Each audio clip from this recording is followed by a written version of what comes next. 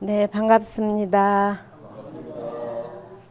예, 이제 삼복 더위도 지나고 또 입추도 지나서 그렇게 많이 더웠던 날씨도 이제 조금씩 시원해지고 있습니다. 하늘도 많이 높아지고 또 아침 저녁으로 이렇게 선선한 바람도 불어오는데 우리네 인생도 그렇게 아주 젊고 싱싱하고 이런 것도 지나고 보면 잠깐이에요. 그래서 그렇지만 가을이 되면 모든 곡식도 연그러가고 벌써 햇 과일들도 나오고 있습니다. 여러분 그 지난 여름 굉장히 더위 속에서 농부들이 땀을 흘리고 곡식을 갖고 이 가을에 열매를 맺듯 여러분들이 지난 삶들이 이제 어느 때라도 그러한 결실을 맺을 수 있는 그런 삶이 되셨으면 하는 바람입니다. 오늘은 부처님이 그 사바티 녹야원에서 여러 비구들과 함께 계실 때 이야기인데, 한 젊은이가 바다를 좋아한다면서 바다에 대한 이야기를 합니다. 여러분들도 뭐 바다에 대해서는 다 알고 계시듯이 넓고 깊고 무한한 보물들이 다 그 바다 속에는 지니고 있다. 그래서 불교를 말할 때 해인산매다라고 얘기를 합니다. 그리고 해인사 대장경을 얘기할 때 우리가 바닷속에 모든 것이 감추어 있듯이 그 해인장경이라고 얘기를 합니다만, 부처님과 젊은이가 바다와 법에 대한 비유를 이야기한 것에 대해서 오늘은 강의를 하기로 합니다. 어느 날 부처님이 녹야원에 계실 때 바다를 좋아하는 젊은이가 부처님께 이제 배우니까 부처님이 젊은이한테 묻습니다. 너는 어째서 바다를 좋아하느냐? 그러니까 부처님이 그런 질문을 하자 젊은이가 대답을 합니다. 바닷속에는 8가지 아주 진기한 것이 있습니다 라고 하면서 바다에 대한 설명을 하는데, 첫째, 바다는 굉장히 크고 깊다라는 것이에요. 그래서 그 깊이를, 그 넓이를 헤아리기가 어렵죠. 그래서 자기가 바다를 좋아하는 것 가운데 하나는 아주 넓고 깊다라는 것을 좋아합니다. 그리고 두 번째, 큰 바다는 덕이 있는데 500개의 강물이 들어온다 할지라도 그 바다에 들어와서는 강물의 이름을 다 버리고 바다라는 이름으로 불려집니다. 그러니까 작은 그 지류의 강들이 바다에 모이게 되면은 자기 그 강은 잊어버리고 전부 다 바다라는 이름 속에, 그 넓이 속에 합류가 된다라는 거죠. 그렇죠. 여기에 물도, 저는 가끔은 제가 금강경을 독송하다가 어느 날 금강경이 아니라 이름이 금강경이다라는 얘기를 금강경을 보면서 듣고 읽고 느끼면서 여러분들에게도 그런 얘기를 했습니다. 어느 날 냇물을 보면서 제가 금강경을 읽다가 냇물이 아니라 이름이 냇물이구나. 잠깐 여기에 있는 듯 하더니 조금 조만큼 가면은 운문댐이라고 그래요. 그걸 다 운문댐이라고 그래서 또 대구 사람들의 다 식수가 되고, 다시 그 나머지 물들은 또 흘러내려가서 낙동강에 이르르고, 낙동강에 이르러서는 마침내 부산에 어디까지 가요? 바다에 이르릅니다. 그러니까 여기 잠시 있을 때 내가 여기 계곡의 물이다라고 얘기를 하는데, 그거는 우리가 그냥 계곡의 물이라고 잠시 이름지어 부를 뿐이지, 그것은 마침내 다 바닷가에 이르게 되고, 또 혹은 바닷물이라 할지라도 그것이 지금처럼 태풍이 일어나서 또 다시 하늘로 올라가서 구름이 되고 비가 되고 다시 바다가 되는 그러한 것이 영원성을 가지고 있는 거죠. 사실은 물의 근본은 영원성을 가지고 있어요. 그 젊은이가 바다는 첫 번째 넓고 깊고 두 번째는 500개의 강물이 함유돼서 내려온다 하더라도 그 이름을 잊어버리고 다 바다라는 것 속에 함유가 된다라는 얘기를 합니다. 세 번째, 바다는 다 한 맛이다 그런 얘기예요. 바닷물을 느껴보기 위해서 바다를 다 마시는 것은 아닙니다. 바닷물 한 모금만 이렇게 찍어서 먹어봐도 아, 바다는 짜다라는 것을 알 수 있습니다. 깨달음이라는 게 여러분들이 정말 부처님의 바른 지혜를 깨닫고 맛보고 느끼기만 하면 어디 가든지 깨달음은 이런 것이다 라고 쓸 수 있는 것이에요. 그래서 어리석은 사람들은 여기 바닷물이 다르고 저기 바닷물이 다른 듯 하지만 바닷물은 다 한 맛입니다. 짠맛으로. 그래서 여기에 뭐 정말 청정수가 내려가든 오염된 물이 내려가든 바다라는 것은 잠시 그 짠맛으로서 그 넓이와 깊이로서 하나가 되는 것이죠. 그렇게 자기는 그러한 바다는 한 맛, 뭐 다른 맛을 내지 않는 것이 한 맛이다 라고 얘기를 합니다. 네 번째, 바다는 조수가 때를 잊지 않는다 그런 얘기예요. 우리가 이제 상망 이럴 때 초하루 보름 그러는데 사실은 그 백중 때는 아주 물이 많이 언제나 바다 높이가 높아지죠. 순이. 바다는 그렇게 늘 밀려왔다 밀려가고 밀려왔다 밀려가더라도 그 제자리를 언제나 바다라는 것을 지키게 됩니다. 바다에 파도 치는 소리가 이게 정말 어떤 때 잘 들으면 굉장히 좋아요. 그래서 관세음 보살님의 설법 소리를 해조음이라고 합니다. 바다에 물이 이렇게 철썩철썩 그러듯이.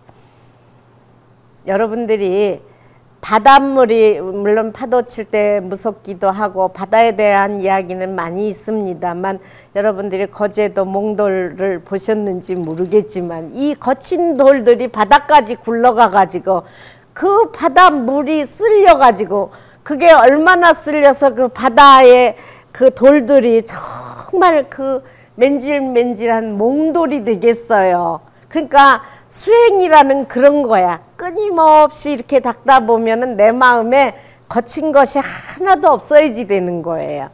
그만큼 바다는 그런 거친 것을 다 부드럽게 다 받아들인다라는 거예요. 그래서 젊은이가 바다는 조수의 때를 잊지 않는다 그래요. 또 바다에는 여러 가지 생명체, 중생들이 살고 있습니다. 바다에 사는 정말 뭐 식물까지도 바닷속에도 해초가 많죠. 뿐만 아니라 그 종류가 한이 없습니다. 그래서 바닷속에는 그 많은 중생들이 다 살고 있습니다. 그런 얘기예요.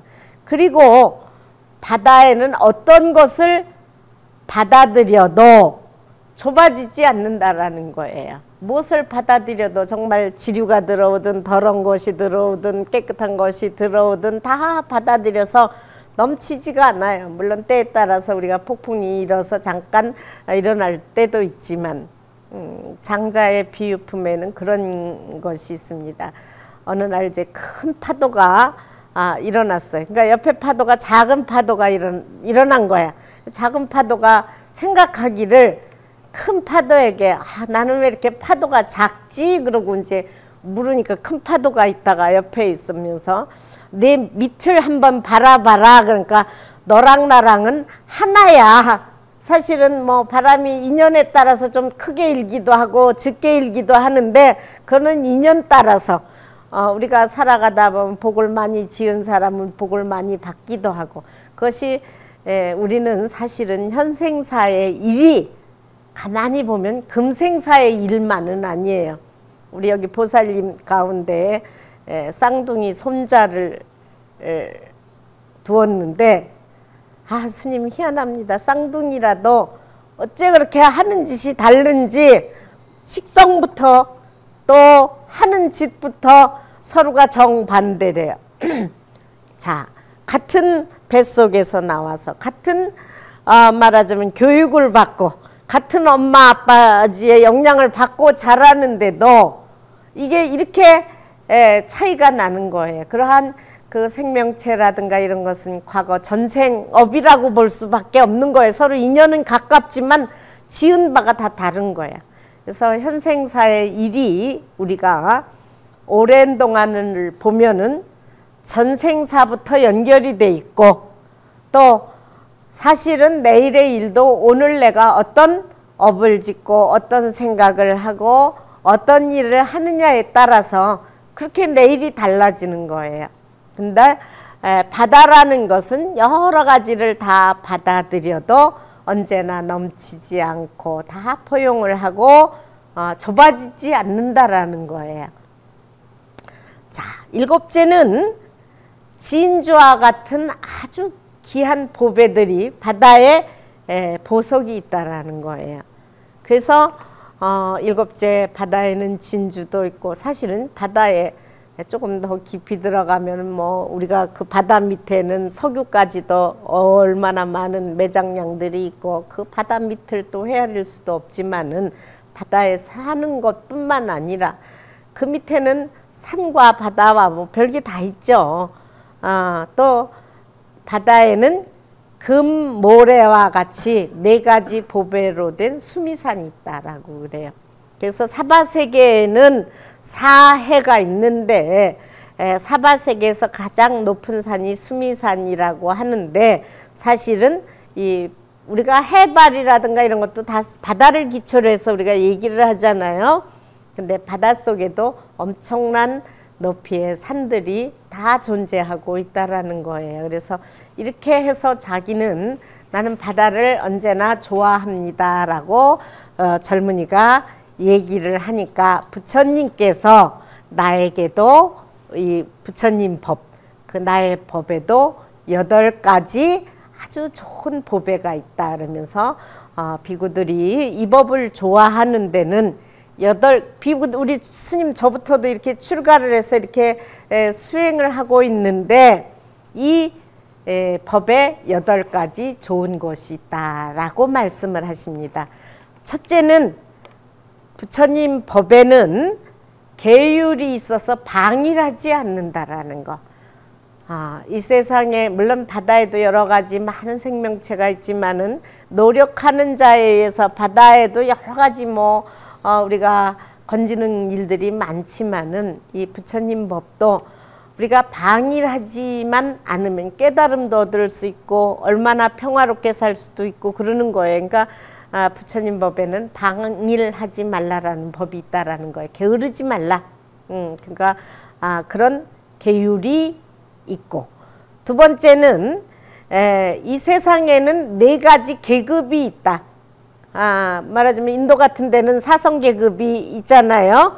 그래서 그러한 사성 계급이 있지만 내 법에는 도를 배우러 출가를 하게 되면은 한결같이 사문이라는 이름으로 바라문이다, 크샤트리에다, 바이샤, 수드라 이렇게 그 4가지 계급을 다 버린다라는 거예요. 우리가 아까 강물이 지류가 돌아서 바다라는 이름으로 하나가 된다라고 그랬죠. 출가를 해서 법을 배우게 되면 이 사람은 도를 닦는 사람이다, 사문이다라는 하나의 이름으로 우리가 수행할 수 있다라는 얘기를 하십니다. 그래서 우리는 바다라는 것은 모든 물을 받아들여서 넘치지 않고 그와 같이 있듯이 우리는 부처님 법에 그러한 계율에 따라서 차례를 어기지 아니하고 바다가 한맛이라고 그러듯이 깨달음이라는 그 한맛 속에 이르게 된다라는 것이에요. 그러면서 부처님께서는 내 법에는 한맛이 무엇으로서 한맛을 이루느냐, 팔정도라는 그러한 아주 똑같은 수행을 함으로써 한맛을 이루게 된다라는 말씀을 하십니다. 그래서 부처님 법은 깨달음, 이제 나중에 또 중도를 이야기하겠지만은 사실은 우리가 중도의 법에 이르게 되거나 깨달음에 이르게 되면은 부처님 법 따로 있고 내 법이 따로 있는 게 사실은 아니에요. 우리의 제가 늘 그 정좌처 다반향초라고 그럴 때 차를 마시고 조용히 앉았으니까 그 향기가 반나절이 지나도 처음과 같다. 정좌초, 다반향초, 이 조용히 앉아있는 이 맛은 누구나 다 똑같아. 바다가 파도 치지 않고 또 구름으로 올라가지 않았을 때는 다 바다라는 이름, 또 그 아주 짠맛이라는 한맛이듯이 여러분들이 잠시라도 깨달음 속에 머물게 되면은 똑같은 한 법에 이르게 됩니다. 그래서 내 법에 똑같은 한 맛은 팔정도다라고 말씀을 하십니다. 그래서 여러분들이 바른 견해를 가지고 본다거나 우리가 바른 생활을 한다거나 그러면은 사실은 천한 사람이 따로 있고 귀한 사람이 따로 있는 게 아니에요. 그래서 내가 바른 견해로 바른 행동을 하게 되면 그 사람은 다 수행자라는 이름 속에 깨달음을 얻게 되죠.